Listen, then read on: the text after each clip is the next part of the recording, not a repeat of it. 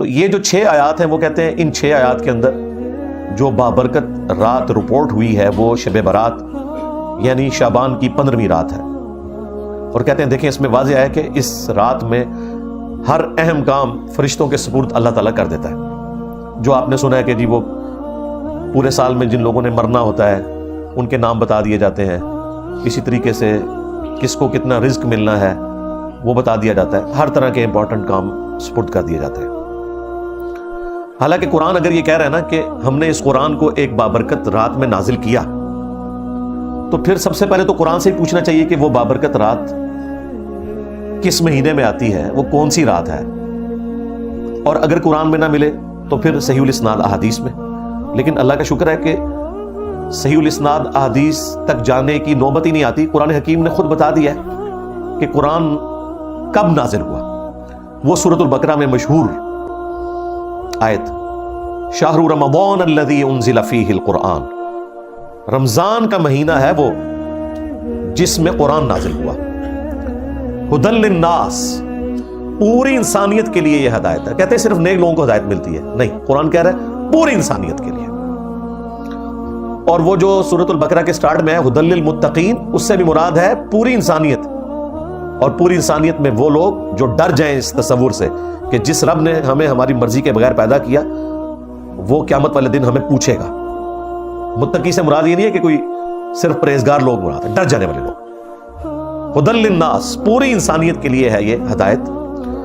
وبینات من الہدی والفرقان، اور اس میں ہدایت کے روشن دلائل ہیں، اور یہ الفرقان ہے یعنی حق اور باطل میں تمیز کرنے والی کتاب۔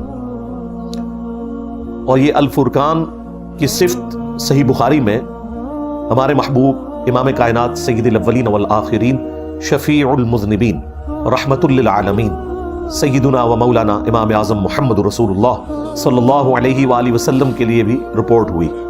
صحیح بخاری میں حدیث ہے محمد فرق بین الناس، محمد لوگوں میں حق اور باطل میں فرق ہے۔ قرآن بھی الفرقان ہے، نبی الاسلام بھی الفرقان ہے۔ بہرحال اس آیت سے آپ کو یہ پتہ چل گیا کہ رمضان المبارک وہ مہینہ ہے جس میں قرآن نازل ہوا، لہٰذا اب اس کو سورہ الدخان کی ابتدائی 6 آیات کے ساتھ جوڑ لیں،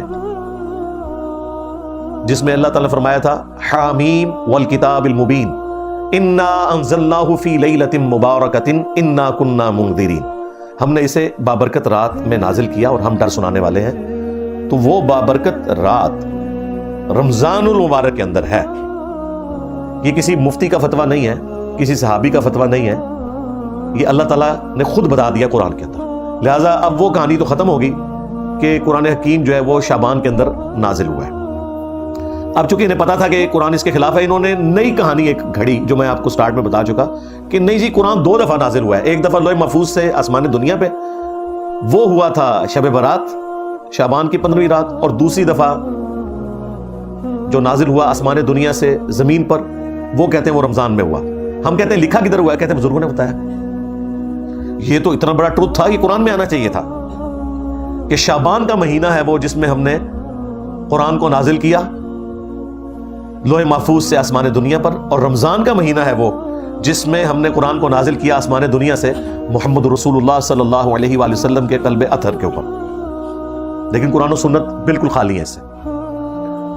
پھر اسپیسیفکلی یہ جو رات ہے اس کی شان میں اللہ تعالیٰ نے پوری سورت نازل کر دی ہے، یہ کوئی چھوٹی بات نہیں ہے، ایک رات کے بارے میں پوری سورت قرآن میں نازل ہوئی ہے، اور وہ ہے سورۃ القدر۔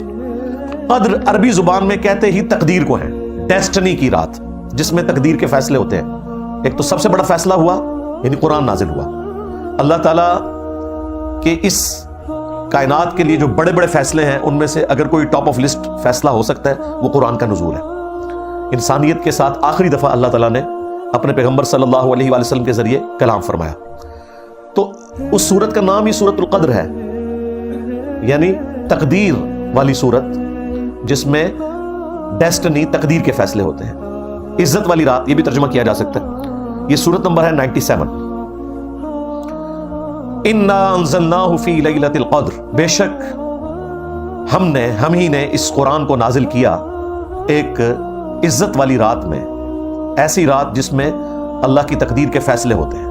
وہی بات جو سورہ الدخان میں آ چکی، فیہا یفرق کل امر حکیم. یہ قرآن اس رات میں نازل ہوا ہے جس میں ہر اہم کام بانٹ دیا جاتا ہے. یہاں پہ بھی آ گیا کہ یہ ڈیسٹنی، تقدیر کی رات ہے جس میں تقدیر کے فیصلے ہوتے ہیں. اللہ کے علم میں تو پہلے سے فرشتوں کے سپرد ہوتے ہیں. وما ادراک ما لیلۃ القدر، اور تم کیا جانو کہ لیلۃ القدر کی کیا شان ہے.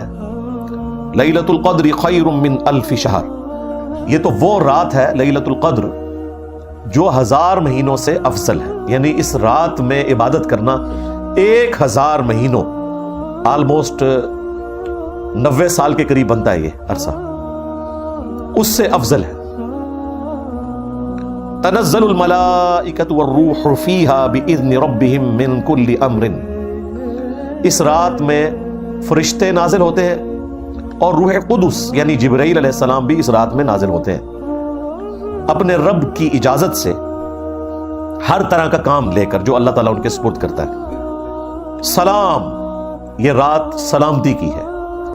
ہی حتی مطلع الفجر، اور یہ سلامتی رہتی ہے یہاں تک کہ فجر طلوع ہو جائے، یعنی ختم سحری جہاں ہو جاتی ہے اور فجر کا وقت سٹارٹ ہوتا ہے، اس وقت تک یہ پوری کی پوری رات اللہ تعالیٰ کے فیصلے کی ایک اہم ترین رات ہے.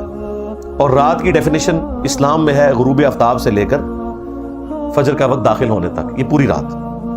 تو یہ پوری کی پوری رات اللہ تعالیٰ کے فیصلوں کی رات ہے جس میں فرشتے نازل ہوتے ہیں ہر اہم کام لے کر. یہ جو فضیلت ہے لیلۃ القدر کی، یہ اس رات کے بارے میں ہے جو رمضان مبارک میں ہے. قرآن میں تو بس اتنا ہی آیا کہ یہ رمضان میں ہے، شہر رمضان الذی انزل فیہ القرآن. لیکن پھر نبی علیہ السلام نے اسے بریف کیا. صحیح بخاری اور صحیح مسلم دونوں میں یہ حدیث موجود ہے کہ اللہ کے محبوب صلی اللہ علیہ وآلہ وسلم نے رمضان مبارک کے پہلے 10 دن اعتکاف کیا اور پھر اپنے حجرے مبارک سے سر اقدس کو باہر نکالا اور فرمایا کہ میں نے ان 10 دنوں میں لیلۃ القدر کو نہیں پایا. پھر اگلے 10 دن اعتکاف کیا، پھر آپ صلی اللہ علیہ وآلہ وسلم حجرہ شریف سے باہر نکلے اور فرمایا کہ میں نے ان 10 دنوں میں بھی لیلۃ القدر کو نہیں پایا. اور پھر آپ علیہ السلام نے فرمایا کہ مجھے اللہ تعالیٰ نے بتایا کہ یہ رمضان مبارک کے آخری عشرے یعنی آخری جو 10 دن ہیں ان کی طاق راتوں میں سے کوئی رات ہے. 21ویں بھی ہو سکتی ہے، 23ویں بھی، 25ویں بھی، 27ویں بھی اور 29ویں بھی. یعنی یہ آخری جو 5 طاق راتیں ہیں ان میں سے کوئی ایک رات ہے.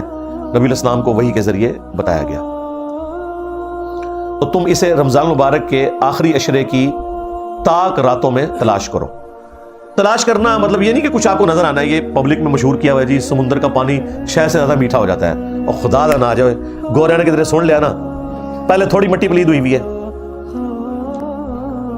اچھا، انہی باتوں کی وجہ سے آج کل کے جو ماڈرن مسلمان ہیں یا ایون نان مسلم جو ہے وہ ہماری ویڈیوز کو اپریشیٹ کرتے ہیں کہ یار کوئی لاجیکل بندہ ہے جس نے کوئی سینس کے ساتھ بات کی ہے.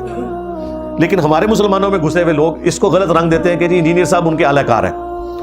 کبھی کہتے ہیں یہ کوئی یہود و نصارہ کا ایجنٹ ہے. تو یہ لاجیکل گفتگو ہو رہی ہے.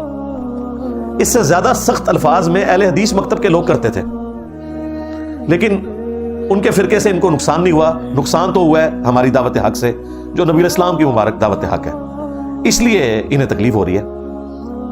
ہمارا تو ایک نعرہ ان کو لے ڈوبا ہے، کون سا؟ میرے نبی سا ہے ہی کوئی نہیں، تیرے بابے تھے شے ہی کوئی نہیں. تو اس کی وجہ سے پھر وہ سارا غصہ میرے اوپر نکالتے ہیں. تو شکر کریں کہ گوروں کو اردو نہیں آتی اور آپ کو انگریزی نہیں آتی. انہوں نے سمندر کے کنارے کھڑے ہو جانا ہے اور انہوں نے آپ کو 5 راتوں کا ڈیٹا نہیں دینا، رمضان کی 30 راتوں کا ڈیٹا دینا ہے کہ جی یہ جناب ہم نے یہ سیمپل لے رہے ہیں تو بتائیں اس میں کون سا شہد سے زیادہ میٹھا ہے. جی درخت سارے سجدے میں گر پڑتے ہیں. انہوں نے کہنا نہیں لے جی ہم نے CCTV کیمرے لگائے ہوئے ہیں. انسان کو تو نیند بھی آ جاتی ہے، اونگ بھی آ جاتی ہے. کتا بھی رات کو سو سکتا ہے، CCTV کیمرہ تو نہیں سوتا. تو کہیں گے دسو کیوں ہے؟ تو یہ کہانیاں سنانی بند کریں. ایون نبی علیہ السلام کے زمانے میں بھی جب شب قدر آئی ہے نا، صحابہ کو نہیں پتا چلا. آپ کو خواب دکھائی گئی تھی اور ظاہر ہے نبی کا خواب وہی الہی ہوتا ہے. آپ نے فرمایا کہ وہ رات ایسی رات ہوگی کہ جس صبح میں فجر کی نماز پڑھوں گا تو میرے ماتھے پر کیچڑ کا نشان ہوگا. صحابہ کرام کہتے ہیں وہ 21ویں رات جب فجر کے وقت نبی علیہ السلام نے نماز پڑھائی تو اس رات کافی بارش ہوئی تھی، مسجد نبوی کا چھت ٹپک رہا تھا، اور چونکہ آپ نیکڈ زمین کے اوپر ہی نماز پڑھا کرتے تھے تو جب آپ نماز کے بعد ہماری طرف متوجہ ہوئے تو ہم نے کیچڑ کا نشان آپ کے ماتھے پہ دیکھا، تو ہم نے کہا اچھا یہ رات ہے۔ یار اگر صحابہ کا یہ سٹیٹس ہے کہ انہیں صبح پتہ چلتا ہے، تو یہ جو کہانیاں کرواتے ہیں کہ جی وہ رات کو ہمیں پتہ چل جائے گا، یہ نشانی ظاہر ہوگی، کوئی نشانی نہیں ظاہر ہوگی بھائی، اور یہ فکس بھی نہیں ہے، یہ بھی ذہن میں رکھیے گا۔ نبی اسلام کے مبارک زمانے میں 21ویں رات آئی، یہ 23ویں بھی ہو سکتی ہے۔ اہل تشیع زیادہ زور دیتے ہیں 23ویں کے اوپر، لیکن وہ بھی مانتے ہیں کہ 21ویں بھی ہو سکتی ہے۔ کچھ صحابہ کرام، صحیح مسلم میں آتا ہے، وہ 27ویں کو مانتے تھے۔ تو یہ ویری کرتی ہے۔ یہ اللہ تعالیٰ نے بیسیکلی شب قدر کی ایک سیلیبریشن رکھی ہوئی ہے۔ کسی سال وہ 21ویں کو سیلیبریٹ کرتا ہے اللہ تعالیٰ، کسی سال 23ویں کو، کسی سال 25ویں کو، کسی سال 27ویں کو۔ مقصد یہ ہے کہ وہ 10 دن آپ اللہ کو دیں، وہ طاق راتیں دیں۔ جو بخاری مسلم میں آتا ہے کہ جب آخری عشرہ شروع ہوتا تھا، نبی علیہ السلام خود بھی رات کو جاگتے تھے اور اپنے گھر والوں کو بھی جگاتے تھے کہ وہ رات کو عبادت کریں۔ ان راتوں کو زندہ کرنا مقصد ہے، اور وہ بخاری مسلم میں حدیث ہے۔ نبی علیہ السلام نے فرمایا جس نے ایمان اور احتساب کے ساتھ شب قدر کا قیام کیا، اللہ تعالیٰ اس کے پچھلے سارے گناہوں کو معاف فرما دے گا۔ ہاں، تو وہ فضیلت بیسیکلی حاصل کرنی ہے آپ نے قیام کر کے۔ شب قدر اگر آپ کو مل گئی، یعنی وہ اللہ کے علم میں کون سی ہے، تو یقیناً اگر آپ آخری طاق راتوں میں قیام کرتے ہیں، آپ کو مل گئی، کوئی نشانی نہیں ظاہر ہونی۔ اور یہاں تو چاند کا بھی جھگڑا رہتا ہے، بہتر یہ ہے کہ آپ آخری 10 کے 10 دن ہی کریں، بلکہ پورا رمضان اہتمام کریں کہ رات کا قیام کریں۔ اور وہ بھی بخاری مسلم میں اسی حدیث میں ہی آتا ہے کہ جس نے ایمان اور احتساب کے ساتھ رمضان کا قیام کیا، اس کے بھی پچھلے سارے گناہ معاف، اور جس نے ایمان اور احتساب کے ساتھ رمضان کے روزے رکھے، اس کے بھی پچھلے سارے گناہ معاف۔ یہ تینوں باتیں شب قدر، قیام اللیل اور رمضان کے بارے میں ایک ہی حدیث میں